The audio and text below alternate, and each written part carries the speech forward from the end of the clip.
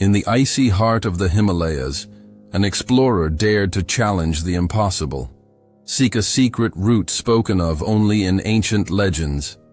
But faced with avalanches and relentless weather, he disappeared without a trace, as if the mountain had swallowed him. This mystery continues to haunt the world to this day, and if you enjoy this type of investigation, like and subscribe to the channel so you don't miss the next cases. When news of the disappearance reached the family, time seemed to freeze. His wife, who until then lived her days teeming with hope and pride for supporting his dream of exploration, was plunged into a mixture of shock and despair. It was as if the mountain had swallowed not only her husband, but also the life plans they had built together. The younger brother, once complicit in their adventures, felt guilt settle in every corner of his chest. What if I had gone along? What if I had stopped him? This guilt, like an echo that never stops, shaped his worldview.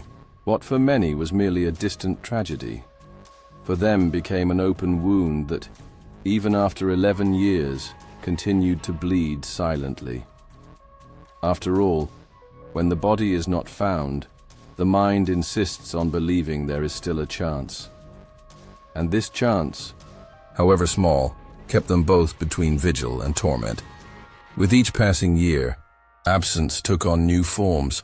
On the explorer's birthday, in the empty chair at the dinner table, in the sound of the wind that sometimes seemed to carry his voice. His wife, in her most fragile moments, clung to newspaper clippings and old news, stories, believing that each rumor could be the key back to the truth. She even wrote letters that were never sent, as if she could speak to him beyond the mountains. His brother, on the other hand, searched mountaineering forums and other explorers' journals for any detail that made sense. And here lies a practical lesson. When we face the void of loss, we seek to fill it with information, stories, or even superstition. Some read spiritual books, others turn to science or faith. The truth is that every attempt at an answer is, deep down, a form of psychological survival. Have you ever noticed how human beings create explanations to endure the unbearable? But it wasn't just them. The community of climbers and explorers carried the shadow of this disappearance as a cruel reminder of what mountains represent: beauty and death, grandeur and risk, silence and mystery. Stories circulated in conversations, like sparks of legend. Some said the explorer had fallen into a crevasse and that his body would never be found. Others believed he had managed to survive, finding shelter in caves or even hidden villages. These contradictions further fueled the flame of doubt. After all, who dares to say with absolute certainty what happens in the bowels of the Himalayas? The lack of answers became fuel for rumors, and these rumors in turn kept alive the idea that perhaps 11 years hadn't been enough to put an end to this story. It was as if each silence of the mountain concealed a truth about to be revealed. And, precisely then, the twist no one expected began to unfold. 11 years after the disappearance, when the family seemed to have learned to live with the void, something unexpected completely changed the course of history. During a routine nighttime monitoring session, thermal cameras captured a disturbing image: a human figure moving precisely in the region where the explorer had disappeared. At first, technicians thought it was an error, a reflex, perhaps even an equipment failure. But as they reviewed the data frame by frame, the image repeated itself. It was undeniable. There was human warmth in the middle of the ice, in the middle of the night where no sane climber would be. And it was at that moment that the question echoed like thunder. Could someone survive for so long in that unforgiving environment? The Himalayas, already uncomfortably silent, now seemed to laugh at human certainties, throwing a new piece onto the board. This revelation transformed a tragedy into an enigma that drew attention from around the world, as if the mountain had decided to whisper a secret after more than a decade. When news of the images leaked, the impact was immediate. Television programs aired the frames repeatedly, while commentators were torn between hope and skepticism. Extreme survival experts pointed out the improbability. 11 winters, 11 snow cycles, temperatures that plummet to 40 degrees, winds capable of tearing skin, all of these should be death sentences. However, others recalled rare cases where people had endured in seemingly impossible situations. Legends of Tibetan monks who managed to survive weeks in caves without food. Reports of climbers who swore they saw human shadows at the top of the world. All these stories resurfaced. His wife, who never stopped believing, saw in the images a spark of confirmation. His brother, however, was torn between the joy of possible survival and the fear that it was just a technological phantasm, a cruel deception that would reignite wounds that had almost healed. With each new interview, the media fueled the collective imagination, and thousands of people began following the case as if watching a series in real time. The mountain had returned a clue, but it wasn't willing to immediately reveal its meaning. This new discovery opened the way for theories ranging from the plausible to the unbelievable. Some scientists suggested the explorer might have found a network of underground caves with geothermal heat sources capable of sustaining life for years. Others spoke of the possibility of an isolated mountain community, preserved from the modern world, that had sheltered the missing man. Still others, more daring, saw the records as proof that the Himalayas hold not only natural secrets, but also mysteries that defy human comprehension. The most curious thing is that, amidst so much debate, no one could ignore the images. The silhouette of someone walking slowly through the snow, captured in spectral heat, seemed to stare back at the observer. It was as if to say, "Yes, I'm still here." And this detail, however small, was enough to ignite a race for answers. Investigation teams, renowned climbers, and even curious onlookers decided to return to the slopes, all driven by a seemingly inescapable question: what really happened to that explorer? With each step, the truth seemed closer, but also more dangerous to uncover. With thermal imaging in hand, there was no longer room for indifference. The investigation gained momentum and international support, bringing together extreme survival experts, veteran climbers, and local authorities. Reconstructing the expedition's original route was the first step. Old maps were reviewed, altitude and weather records, and even reports from previous expeditions were compared. It was like putting together a 1,000-piece jigsaw puzzle, half of which were lost or blurred by time. The detail was impressive. Every ancient footprint, every camp trail, every strand of rope left on the rock was analyzed as if it might hold the key to the puzzle. Infrared cameras and high-precision satellites were called upon to cross-reference current data with archives from a decade ago. And with each new cross-reference, more uncertainty than certainty arose. After all, how could one explain the fact that in such a lethal environment, signals of human heat could still be captured? If it had been another explorer, why would he have been alone on that cursed route? If it had been the same man, how would he have defied all the death statistics? Discoveries began to emerge in fragments, almost as if the mountain were testing the investigators' patience. At one of the sites inspected, remains of equipment were found that appeared to have been moved recently, with no signs of deterioration consistent with 11 years of abandonment. Further on, a crevasse revealed strange marks on the ice walls, like scratches or inscriptions that no one could immediately explain. For some, it was the result of the natural movement of the ice sheets. For others, it was clear evidence of human activity. The tension only grew. Tibetan monks consulted claimed that the mountains held secrets invisible to the impure eye, insinuating that certain areas were deliberately hidden from humanity. Meanwhile, the scientists, armed with their modern equipment, persisted in seeking a rational explanation. Geothermal energy, isolated microclimates, pockets of oxygen.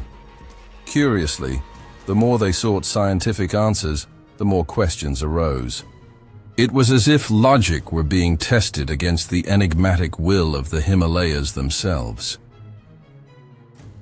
The fascinated international community began following every detail as if it were a real-time soap opera. Reports were published in newspapers, climbing. Forums exploded with theories, and even documentary channels announced they would cover future expeditions. A bold hypothesis began circulating among investigators.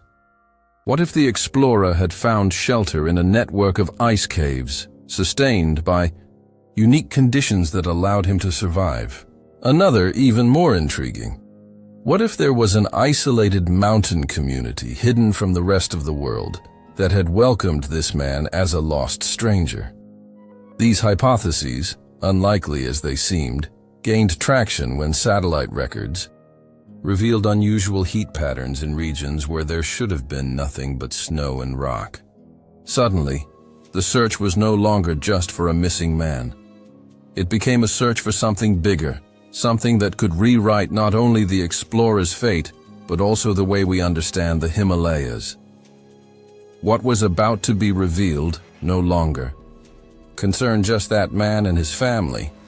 It involved all of us, for it touched the boundary between the possible and the inexplicable. As the investigation progressed, new voices began to echo from the icy slopes.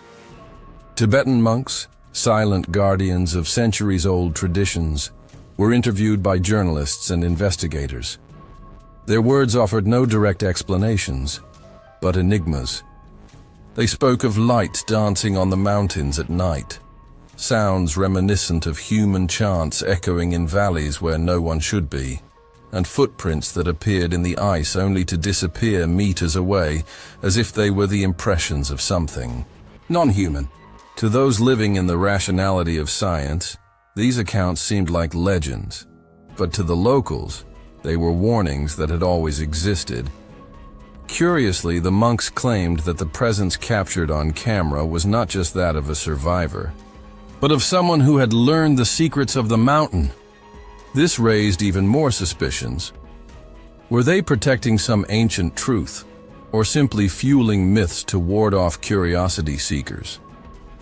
On the other hand, surviving climbers from previous expeditions reported unsettling experiences. One, already retired, after losing friends in an avalanche, described seeing flashlights moving at night in a spot where no one could have set up camp. Another said that one early morning he heard footsteps behind him, but when he turned around, he found only snow and silence. These accounts, though different, shared a common feeling, that there was something or someone silently inhabiting those mountains. However, the testimonies conflicted when compared. Some swore it was all just illusions caused by extreme fatigue and lack of oxygen. Others maintained that no hallucination could reproduce thermal signals as clear as those captured in 2025. This divergence gave rise to even greater suspicions. Was information being manipulated? Could someone, or some group, have an interest in covering up the truth about that region? The villages closest to the Himalayas also had their own stories. Simple inhabitants claimed to hear drums in the distance on snowy nights, as if rituals were taking place in inaccessible places. Some reported seeing silhouettes high on cliffs, motionless for hours, watching the village below. Others swore that strange travelers had once appeared asking for food, speaking an incomprehensible language, and then quickly disappeared without a trace. The sum of these stories painted a disconcerting picture.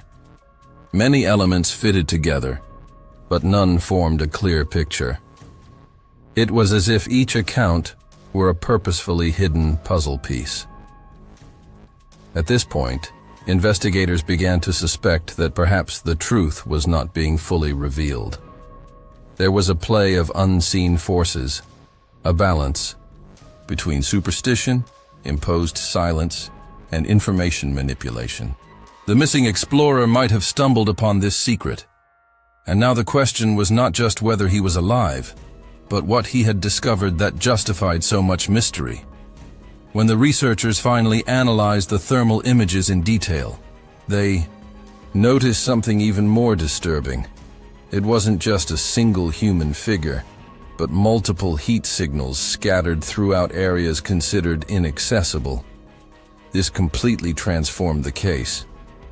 It was no longer a matter of searching for a missing man, but of understanding how multiple bodies could emit heat in places where, theoretically, there was no life. The explorer's wife, upon hearing the news, felt her heart race. For years, she had dreamed of the possibility that he was alive, but never imagined that perhaps he wasn't alone.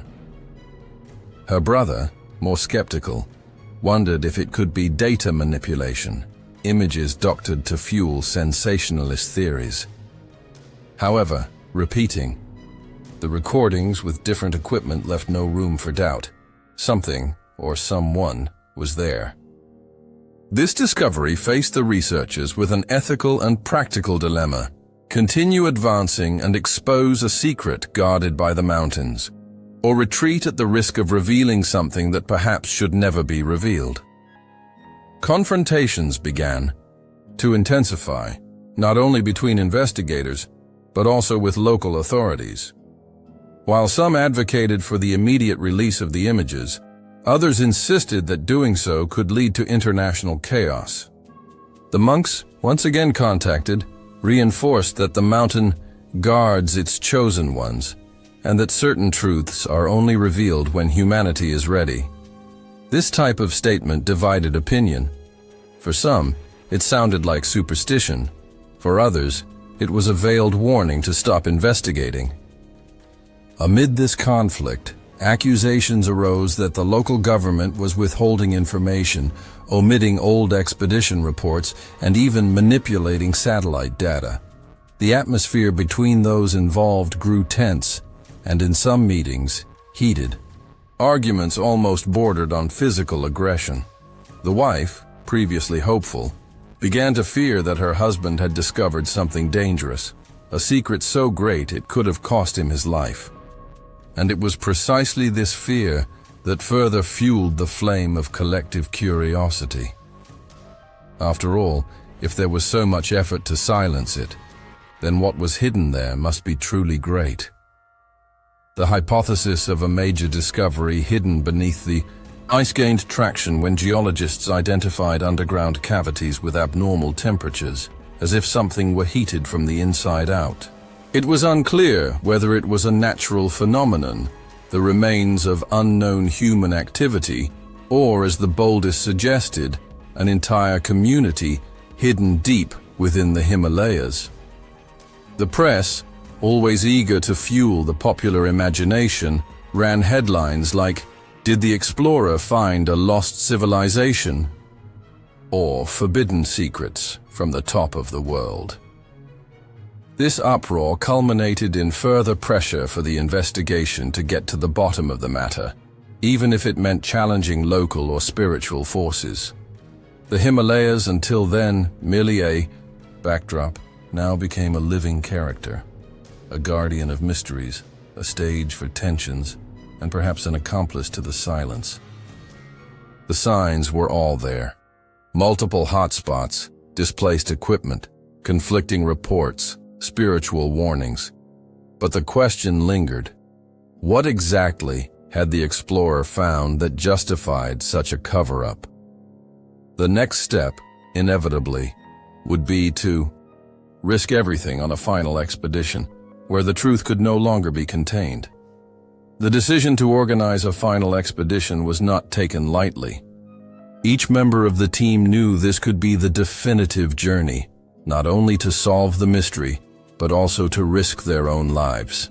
The conditions were brutal. Blizzards that appeared without warning, avalanches that roared like thunder, and a cold that seemed to freeze even their thoughts. Still, driven by the promise of answers, they advanced along the slopes where the cameras had captured the heat signals. The silence was so thick that each breath echoed like a confession. And it was in this silence that the first signs appeared. Fresh footprints, unlike those left by animals, leading to a discreet opening between ice-covered rocks. With each step, the sensation was that they were crossing not only dangerous terrain, but a border between the known world and a secret kept for centuries. Inside the cave, the darkness was almost absolute, broken only by the flashlights and the irregular sound of the explorers' breathing. But what they saw made every muscle freeze. Ancient symbols were etched into the icy walls, as if someone had drawn them with rudimentary tools, perhaps decades or even centuries ago. Further ahead, strange structures made of molded ice rose, resembling altars or makeshift buildings. But what truly paralyzed them were the clear signs of human life. Remains of still fresh fires, fragments of clothing, and even simple utensils, carefully arranged as if someone had just left. It wasn't just a lost trail, it was concrete proof of human presence. Tension exploded when one of the team's thermal cameras detected movement a few meters from the cave's secondary entrance. Something, or someone, was watching them silently, as if deciding whether or not to reveal their existence. It was at this moment that the narrative reached its climax. One of the investigators, overcome by adrenaline, ran toward the hotspot. And there, before everyone, a human figure emerged from the darkness. Thin, hunched, with eyes that reflected both fatigue and wisdom, his body bore marks of superhuman endurance. Shock took over. Could this be the missing explorer? The resemblance was unsettling, but the expression on his face carried a weight that went beyond survival. He seemed to harbor a truth that could not be spoken aloud. And before any words could be uttered, the blizzard began to rage outside, as if the Himalayas themselves had decided that this encounter should remain shrouded in mystery. The expedition, which had set out in search of answers, now faced something even greater. The revelation that the disappearance was not just a tragedy, but the gateway to secrets that the mountain guarded with icy claws.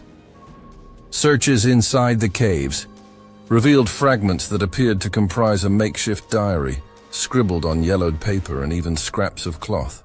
The notes spoke of endless nights, unbearable cold, but also of a surprising adaptation to the hostile environment. There were records of small makeshift shelters, fires kept afloat with wind-blown wood fragments, and, most importantly, enigmatic encounters with people who belonged to the mountain, This expression left investigators astonished. Were they metaphors for hallucinations or tales of a hidden community, guardians of ancestral secrets? Alongside the diary, remains of equipment were found that, though aged, showed signs of continued use. The most disturbing detail was the presence of recent marks on ropes and carabiners, clear evidence that someone still used this material to navigate the crevasses. It was as if the explorer had prolonged his survival beyond all imagination, perhaps with the aid of external forces, human or otherwise. His wife, reading the fragments, wept silently. Here were words that seemed to echo directly from his heart, words of longing and perseverance. His brother, torn between emotion and skepticism, saw in the records both proof of resilience and confirmation that the truth would never be fully revealed. The impact of the discovery was immense. On the one hand, it brought justice to the family. It was no longer just a story of tragedy, but of near impossible survival, of courage and determination beyond what the human body should endure. On the other, it opened an even greater collective wound. If he had survived for so long, why hadn't he returned? What had kept him trapped in those mountains? Under pressure, authorities had to admit that there were gaps in the expedition records, and that some areas of the Himalayas were deliberately omitted from official maps. The case was formally closed as presumed death after prolonged survival, but those close to the investigation knew that this was merely a way of sealing in paper what would never be resolved in essence. Justice, after all, came not as a conviction of the guilty, but as the recognition of a harsh truth. The explorer did not disappear in vain. He found something the mountain did not want to share. The end of this journey didn't bring the expected consolation, but something even deeper, a mixture of sadness for the loss and relief at finally having answers. The explorer's wife, holding the diary fragments and the rescued equipment in her hands, felt as if her husband had left a final message, that he had resisted to the limit, fighting the impossible, and that he had never given up on returning. This truth, painful as it was, gave him the strength to carry on, transforming absence into a living memory of courage. His brother, previously tormented by guilt, found peace in understanding that nothing could have changed his destiny. The mountain, after all, had not only taken the explorer, but shaped him into a legend. The climbing community, in turn, came to revere his story as a reminder that the Himalayas are not just a physical challenge, but a sanctuary of unfathomable mysteries. Every step in that snow now carried the weight of his journey. Every wind that blew between the peaks seemed to repeat his name. The explorer's legacy was not limited to his family, but echoed as a symbol of perseverance, and that human limits are always greater than we believe. And in the end, an inevitable reflection lingered. How many truths remain hidden in places we insist on calling inhospitable? Perhaps the Himalayas will never reveal all their secrets, but one thing became clear. Some answers changed not only our understanding of the world, but also of ourselves. After all, when we face the unknown, it's not just the unknown that transforms before us. It's we who emerge transformed by the silent gaze of the mountains.